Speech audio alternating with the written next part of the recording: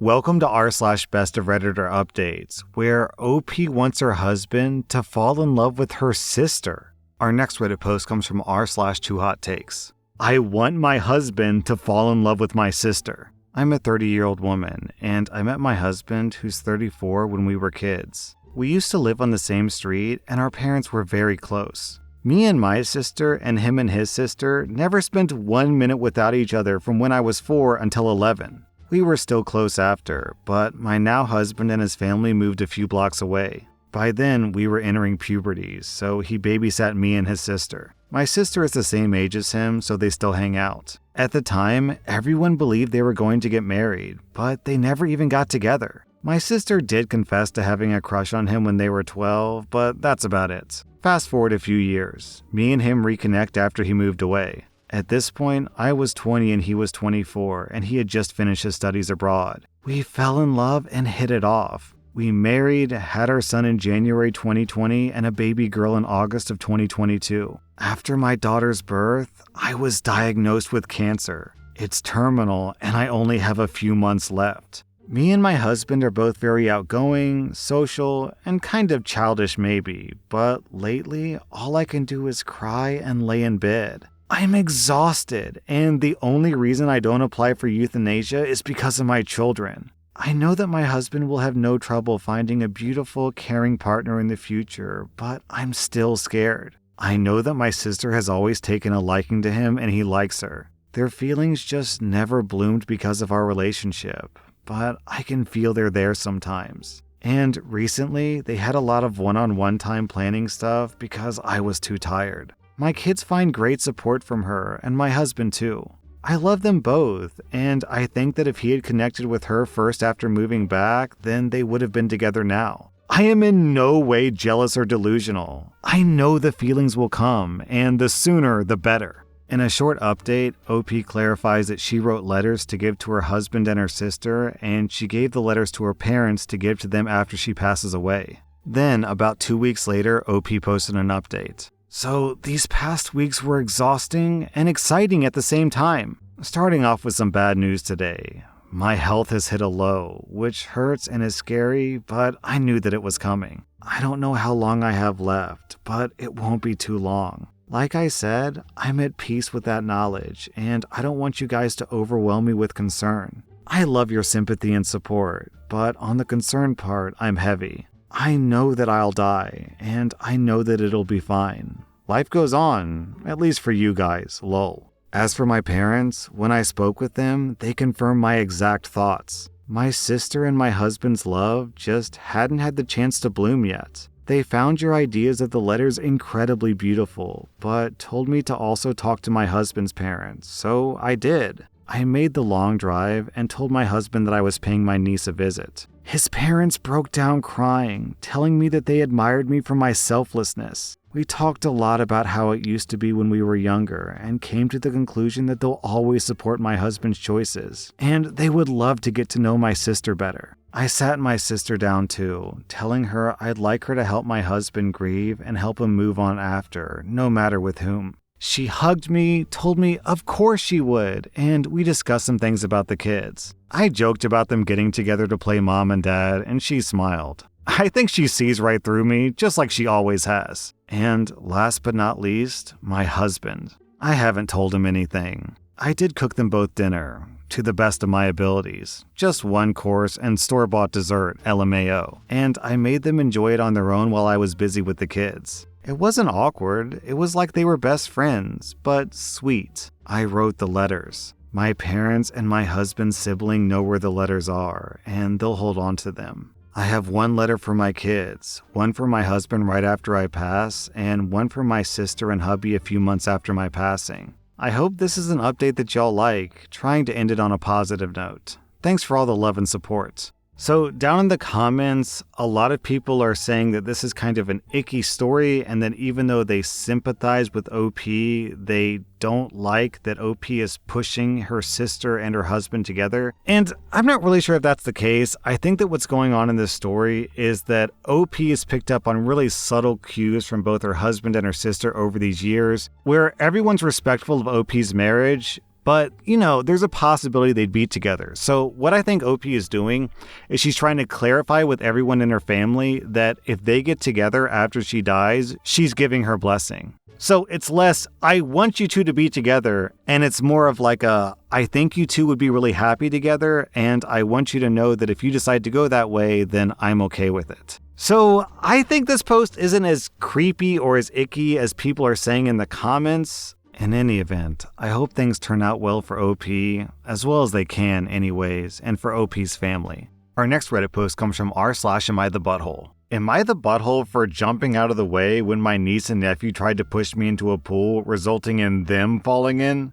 My folks decided to host a barbecue because I guess that's what older people do. I declined because I really don't like my two sisters, their husbands, or their kids. My wife and I are child-free. My mom then pressured my wife, and long story short, we went. By the time that we arrived there were about 20 people there. My sisters and their husbands were already solidly buzzed. Drunk, really. My mom was spending 100% of her time trying to keep the nieces and nephews, ages 7 and 11, more or less under control. My dad had strategically retreated to the whirlpool part of the pool with a small cooler full of beers. My wife and I made small talk with miscellaneous people, ate food, and had a frozen margarita. My sisters and my brother-in-laws took turns criticizing us for being late, not being in our swimsuits, and screwing up the vibe. Whatever. Typical suburban summer get-together. About 45 minutes in, two of the kids ran at one of the neighbor's guests who was standing next to the pool and pushed her in. She was by the pool steps, so she stumbled in but didn't fall, so she only got half wet. She was clearly very unhappy about it, but she didn't make a scene. She just went over to where the parents were, grabbed their towels, dried herself off, and left. My sisters and brother-in-laws thought that this was all great fun. A bit later, I was standing a few feet away from the pool chatting away with someone. I saw 3 of the kids running full tilt at me from the corner of my eye. Obviously, I was next. Not that it's terribly difficult to outwit young kids, but I just jumped out of their way at the last second. All 3 of them ran straight into the pool at full speed. Most of the other guests, including my wife and me, started laughing, but their moms, who, as I mentioned, were pretty drunk, absolutely freaked out. Apparently, 2 of the kids couldn't swim, even though they were in swimsuits. Since I wasn't wearing swim gear, I stepped back from the pool and let other people fish the kids out. The kids were bawling their heads off like they'd lost a limb. At that point, all hell broke loose. The 4 drunk parents were yelling at everyone in general, and me in particular, for nearly letting our kids drown. And also because 2 of the kids had been videotaping their stunt using their parents' iPhones, which were now at the bottom of the pool. One of my brother-in-laws got in the pool to try to retrieve the phones, but his body mass index and his blood alcohol content made that impossible. No one else volunteered to help. Unsurprising, given that my sisters were still complaining at everyone. I told my sisters that it was their job to watch their kids, and if anything had happened to them, it would have been their responsibility, not mine. There were some pretty strong words on both sides. My wife and I left after the other brother-in-law fell over and face planted while yelling at us. Now they're saying that I should have let the little turds knock me into the pool and have their fun, and ruin my phone in the process, by the way. So, am I the butthole? Oh, and side note, my dad, of course, never got out of the whirlpool. Also, OP clarifies in the comments, I do know that the 4 of them are somewhat envious of our lifestyle. Both the sisters are stay-at-home moms. Both the husbands make good money. One makes noticeably more than I do. But both my wife and I have professional careers, we don't have kids, and we're way more responsible with money. As a result, we have a lot more investments, and we don't have to drive cars full of kid debris, and we take nice trips once or twice a year. It definitely grates on both of my sisters, and by extension, their husbands. So we get some petty behavior from them on an ongoing basis. So in this post, OP got voted not the butthole, obviously, and then 1 month later we have an update, and I'm really curious to know where this goes because this Best of Reddit update has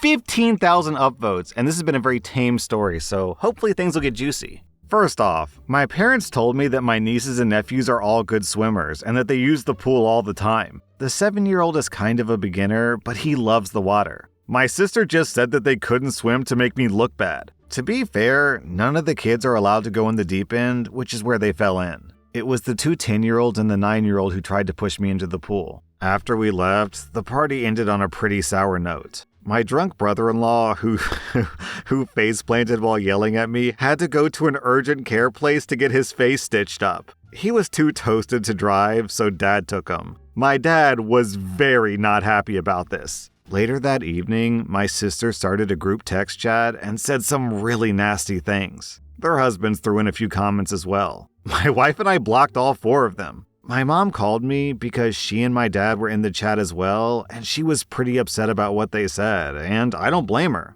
Because of these texts, my parents insisted that my sisters and my brother-in-laws come over the next day, which is Sunday, without their kids, to get some things straight and to lay down some ground rules. That's my mom's wording. The result was a contrite, if unenthusiastic apology from my siblings via my mom's phone. I'm glad my wife was with me when they called. Her hard stares kept me from saying what I wanted to. I just told them thanks and that we felt no need to discuss it further. Since I thought things were settled, I unblocked them. That evening, I got a text from one of the brother-in-laws telling me the phones cost a certain amount of money in the thousands and asking when I'd be paying for them. WTF? I replied, never. I took a screenshot of his text and forwarded it to my parents with a note that when we were done with this nonsense, we're going no contact with my sisters and their spouses, and not to invite us to any more holidays or get-togethers if they're going to be present. Then I blocked my sisters and their spouses again. At that point, the shit really hit the fan. Dad called them and ripped them a new one. Among other things, my dad told them that their kids weren't welcome at his house indefinitely. Since my mom regularly provides free babysitting, that got them pretty rattled. He also banned them from using the vacation house and told them that actually me and my wife own it, not my mom and my dad. This completely freaked them out. Both of my sisters and their families use that place a lot, including having their friends up for weekend getaways. This was very much out of character for my parents. They had clearly had it. For reference, I never wanted my sisters to know that I owned that vacation house. We bought it for my parents. They'd always wanted a place in the mountains. Keeping the ownership quiet was just a way to avoid drama with my siblings. A couple of days later, my sisters and their husbands come to our place unannounced to apologize in person. We were out to dinner and they left a note. One sister also called me while I was at work and I sent her to voicemail. We've decided that being no contact is the best for the indefinite future, and we haven't interacted with them for the last 3 weeks. Personally, I'm done. They can go pound sand. Also, down in the comments, Opie has this to say about his parents. Yeah, my folks aren't dumb. They're pretty laid back though, very much live and let live. I figure they'll ease up on all this soon, but that's their decision. We still won't be attending any family events for the foreseeable future. What sucks for my sisters is that they're probably very worried that I'll keep them from using the cabin. I won't. That's up to my mom and dad until they're older. Also, it puts an end to one of my sister's fantasy of building a compound of houses when we inherit the property, which I've known about for some time and I've just ignored it. Apparently, she planned on building 3 houses with great views on the land.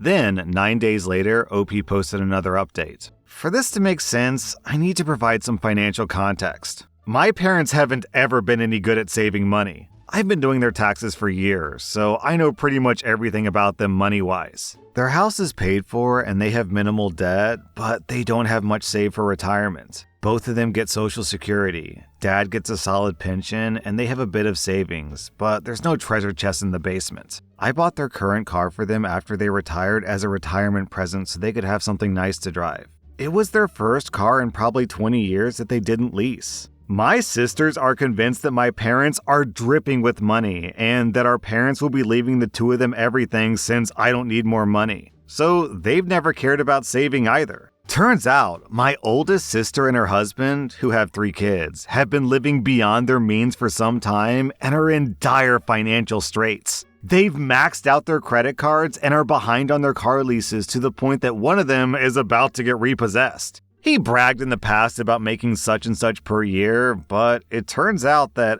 actually he only makes about half of that. My sister confessed all of this to my mom on Tuesday because she needs a loan and because this was a WTF moment for mom and dad. that for the past 3 years, instead of staying at that vacation house regularly, she'd actually been renting it out once a month or so and pocketing the cash. We're talking $2,000 for a weekend? Whoa, $2,000 for a weekend?